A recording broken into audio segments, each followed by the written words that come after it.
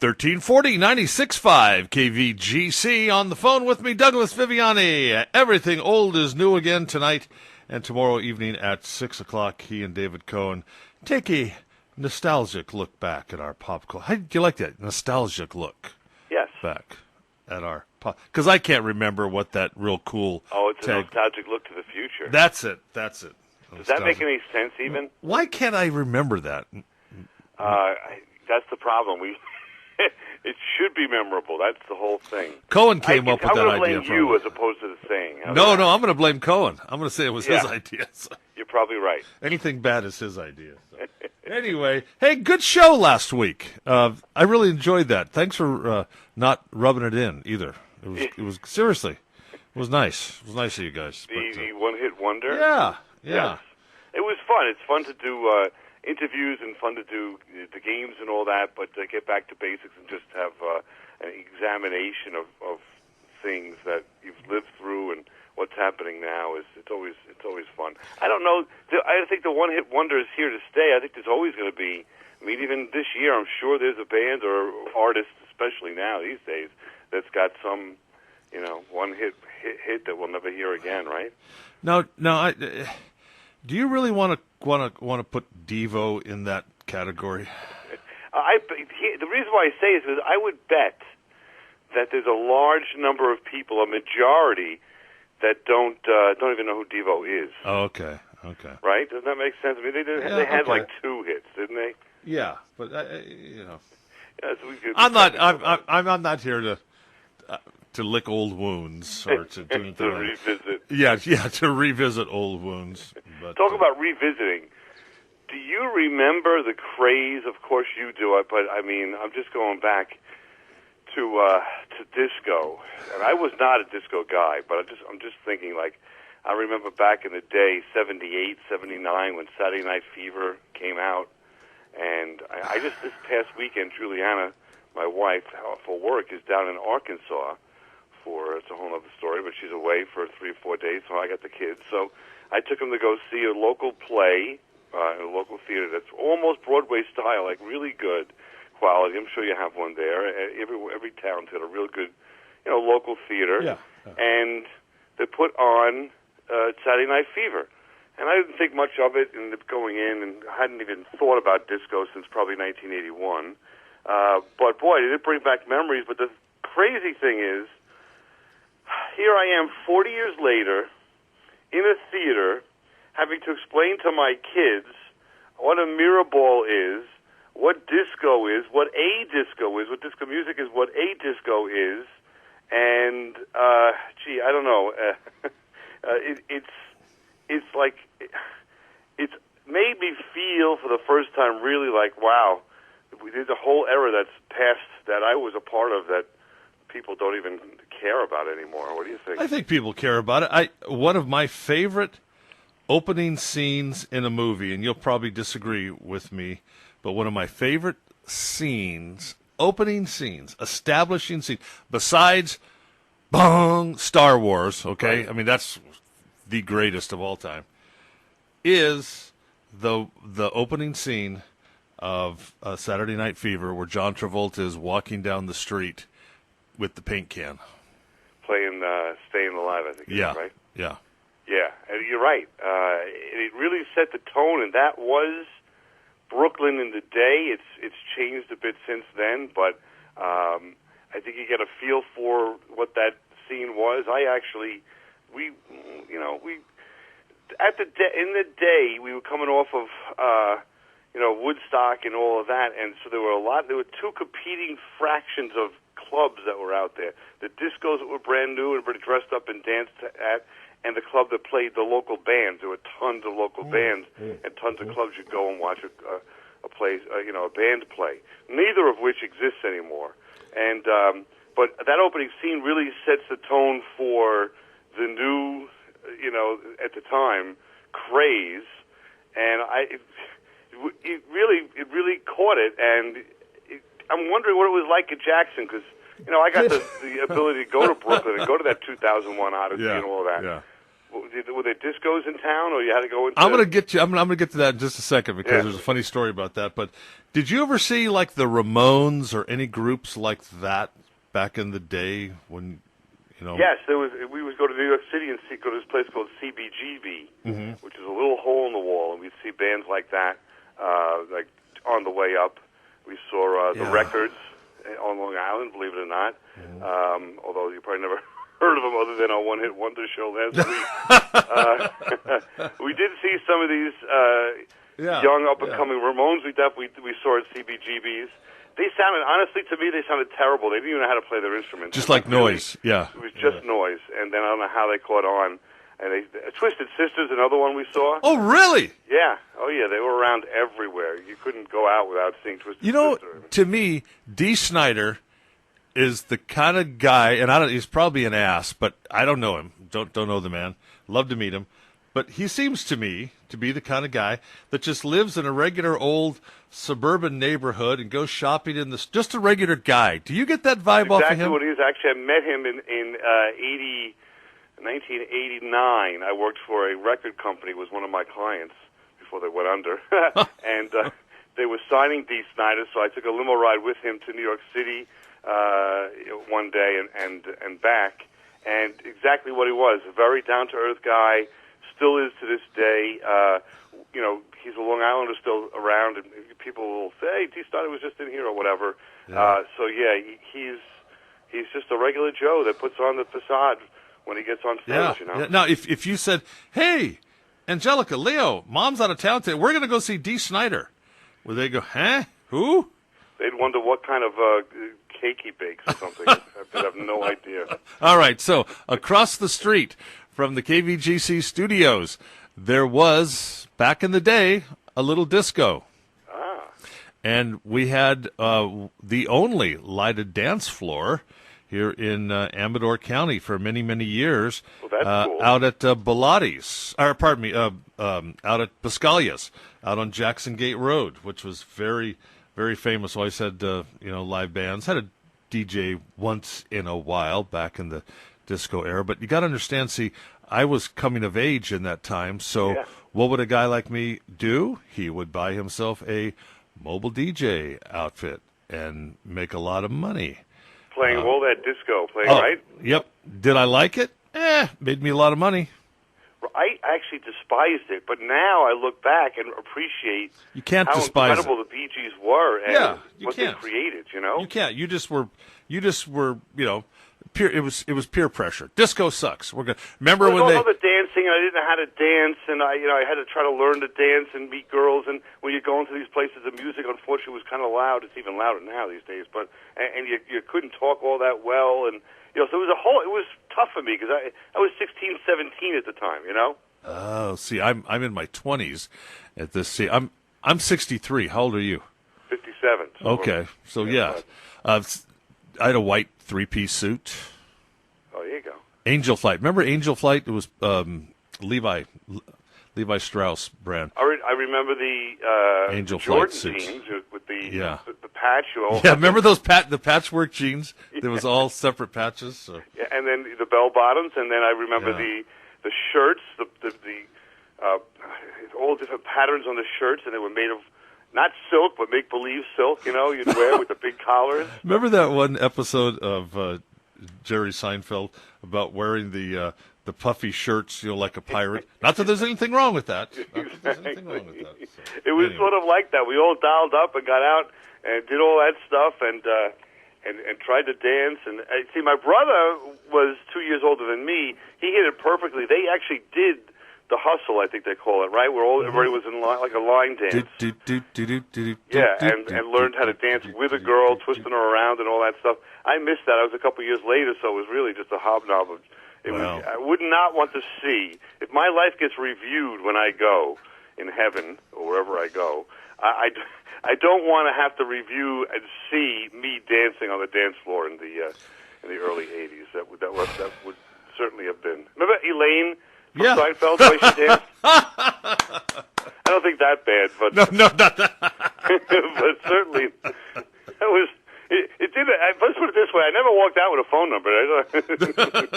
Well, yeah, things have kind of gone full circle here because in Jackson, where the disco was, it has now it's been through a lot of changes over the past 40 years or so, and it has just recently reopened as a bar. So now it's a bar once again.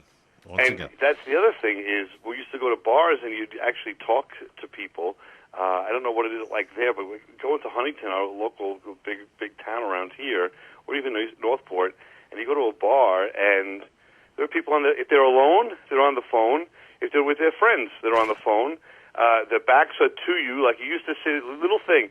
So you'd be at the bar, but you would have your back to the bar and the bartender. Now everyone has their front to the bar and the bartender, facing the bar. It's hard. I think if I was single now, it'd be tough. I think it's much more difficult to strike up a conversation at a bar these days, and because they're just meeting somebody from the internet, whatever. No one, I don't know. No one seems to just meet in the bar. You tell me. You see that? I tell you what bothers me, and I hope this doesn't happen to you when you go out to dinner. Teresa and I will go out to dinner, and we're talking and visiting, and I carry my phone with me all the time just because of work, okay? Right. Just because of work. And I take it, and when I bring it to the table, I have it out of my pocket. It's on the table face down, okay? Mm-hmm. And I don't pay attention to it until if it rings or if it's a look, if it's anything important, I'll excuse myself and answer it. If not, I just let it go. Right. But it bothers me when I look and I see families, a mom, a dad, 2 kids, 3 kids, one of them's on a tablet, the rest of them are on their phones, and they're sitting down at dinner in a restaurant or where have you, and they're all texting or talking to others on their phone. And it's a shame. And if you were to look at what they were saying, I'm at dinner with my parents, can you believe it? I just ordered this and that. Like, there's nothing, we're not doing brain surgery or whatever, or a radio show or whatever on the phones. There's no emergencies. You can put it aside and speak with your family and enjoy the dinner and the ambiance and all of that. But you're right. I see it all the time.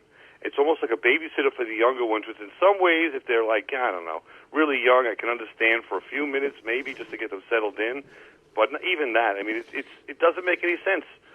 Why are we so involved with this technology? And half the time, if it's a game, all you're doing is pressing buttons. I mean, really, you're pressing buttons. What are we doing here? Yeah, let's whatever happened to visiting and talking to each other? Exactly. How was your day and all that kind of stuff? Maybe people don't want to know. I think there was a Star Trek episode like this. It's just obsessed with the technology, sucked into it, and it takes more effort, more work to converse with somebody, find out what they're all about, how was their day, come up with a topic of conversation, be interesting, and I think a lot of people, especially, it might be just because I'm older, but a younger generation, I see it a lot more. I really do.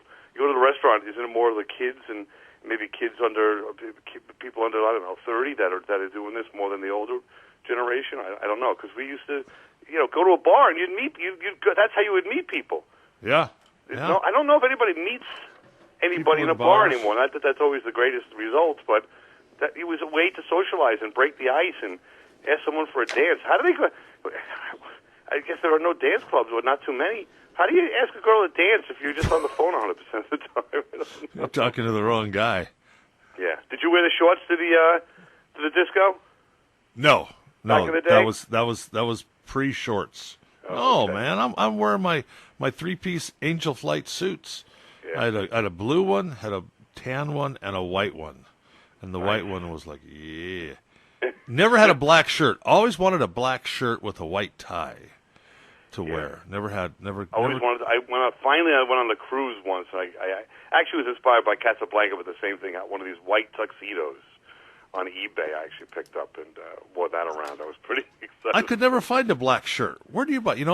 Where do you buy? I mean, well, black shirts were popular in New York, so you could get them anywhere. Oh, okay. Couldn't find them over here. I mean,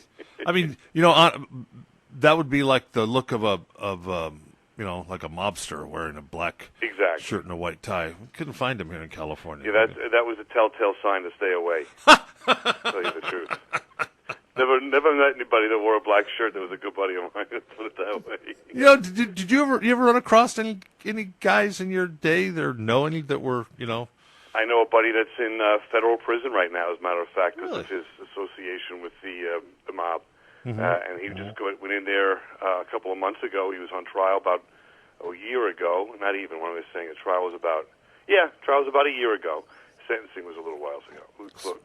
Here's something that I've been meaning to ask you this for a while here, and this is way off our subject because we're running out of time. I want to ask you about today's show, but you know, they say that New York was dirty and dangerous. Then there was a period they came in and cleaned it up, and it was just a great place to go. No crime. You could go 24 hours a day on the streets, and now you hear that it's back to, you know, it's fairly dirty and it's on the way down. There's no doubt, and it's very. And I don't want to get political, but is that no? true? But just by the era of it, because I don't know the Yeah. years when Giuliani came in as the mayor. He cleaned that place up like crazy. And everybody knows Rudy Giuliani, I think, at this point, right? But I can't remember the exact time frame of that. But when he came in, I'm going to say I'm going to guess late 80s, and cleaned it up. And then Bloomberg followed up with his procedures for 3 terms. So that's got to be about close to 20 years of doing the right thing. And the present guy is just lost. Mm-hmm. and makes the wrong decisions. It did the exact opposite of a lot of what worked, which was one of the things was stop and frisk, which is basically cops were given the authority if they saw somebody and they thought that they were having some issues or whatever, and if they're in the neighborhood they would know, they'd stop the person and say, "How you doing?" and ask a couple of questions and have the ability to say, "Do me a favor, I need to frisk you. I got some level of alarm here because I see a bulge and whatever. I see you might be carrying a gun." And if they saw the gun, they would confiscate it or run a check on it, make sure it was legal. And they took and through this process, something like 100,000 guns off the street, and then the new mayor just let it go. And further, just to say, if you let things go, the little things. Giuliani said, if you see a guy that's urinating on the street, you're arresting him and taking him away. The new guy's like, "Yeah, just let it go. Don't do a thing." So all those little things, and that's just one example, but all the little things add up, and it's now like almost like the Wild West, really, back in New York City. Yeah, really. It's, so not to get political, but there are certain things that need to be done to police people, and if you don't do it, people are going to take advantage. Mm-hmm. Well, speaking of taking advantage, if someone were to listen to the show today and take advantage of your words of wisdom, along with David, what would we hear today? Well, this weekend, we're going to hear about you like that transition into, okay. And the movie yesterday, and I thought it didn't fascinate me to the extent that it makes me in awe. It was an okay movie. I like the idea, but what fascinates me is that 50 years after the Beatles, that there's still derivative entertainment that's made. That movie made like $250 million. How and what is this all about? Where my little 7-year-old, something I'd never pushed, comes back from school or however it came to him, and he is all hopped up and loves the Beatles, and he's learning and all these Beatles songs and knows them by name and all the words and so forth. How is this happening? A generational bands like that. What's the fascination and what's the future? And what is the influence of the Beatles on today's world? So we're going to examine all of that. I just think it's fascinating that I have been, I'm not going to say forced because I would go anyway, I guess, but my little guy wants to go see Ringo Starr, who's playing next weekend in a local outdoor arena in Long Island, which we'll be going to see. I saw yesterday also, and it was, I'm just going to say, okay, so I saw Bohemian Rhapsody and yesterday all in the same week, about 2 days apart from each other. Okay, Bohemian Rhapsody, fantastic. Whether you're a Queen fan or not, fantastic. Fantastic movie. Yesterday, it was a cute movie. Right. That's all I'm going to say. Cute movie. But I'll tell you what I'm looking forward to this weekend. I tried to go see it last weekend, and it was Teresa's birthday weekend, and we really didn't get to do.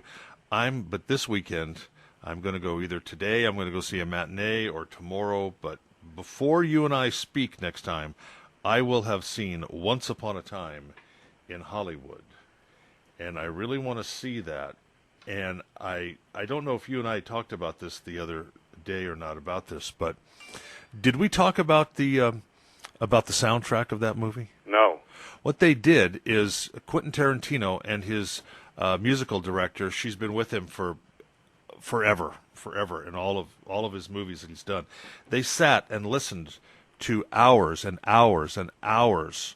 I think it was like 72 hours of air checks of KHJ in Los Angeles, which was the number. That's where Boss Radio started. That's where it got its start. Right. They listened, and they used those clips. Live DJs introducing the music and the commercials and the whole era. They used that as the background as the soundtrack of the movie. Did they use it enough, do you think? I guess you'll see it in the movie. Yes. That you'll actually notice it and all? Because sometimes they do it once and then they move on. It's very subtle, but it's always in the background. Like, I watched a movie with my wife over the last weekend. It was about these four girls, and I forget what it is. It was a pretty cute movie about these four girls that grow up together, and it flashes back and it shows them all as four little girls growing up. It was Rosie O'Donnell, Melanie Griffin. I forget all the women who were, Demi Moore. Anyway, they had music. Great soundtrack. But it was just music that was playing. And I listened to that and I said, you know what, that's the difference. This is just music playing. It's great music, 69, 70s music, but it's not interspersed with commercials, with guys talking, So I'm real interested to see that this weekend. I also love the idea of the commercials. We may do a show about it. Totally forgot about it. Yeah. The old commercials more than one-hit wonders or music. Boy, a commercial from the 70s, 80s, and 90s that you haven't heard since then, that's really going to bring back memories because you have not heard it since then. It's not like it's played, anywhere. And if you hear a couple of commercials from the radio that in that movie, that really may set you back. A period kind of commercial. Does that make sense? Yeah. Well, that should be fun. Anyway, looking forward to that. Looking forward to tonight's show, 6 o'clock tonight. Tomorrow night, 6 o'clock. Douglas and David, Everything Old is New Again. Douglas, I'm going to see the movie. We'll talk about it next week. Sounds good. Looking forward to it.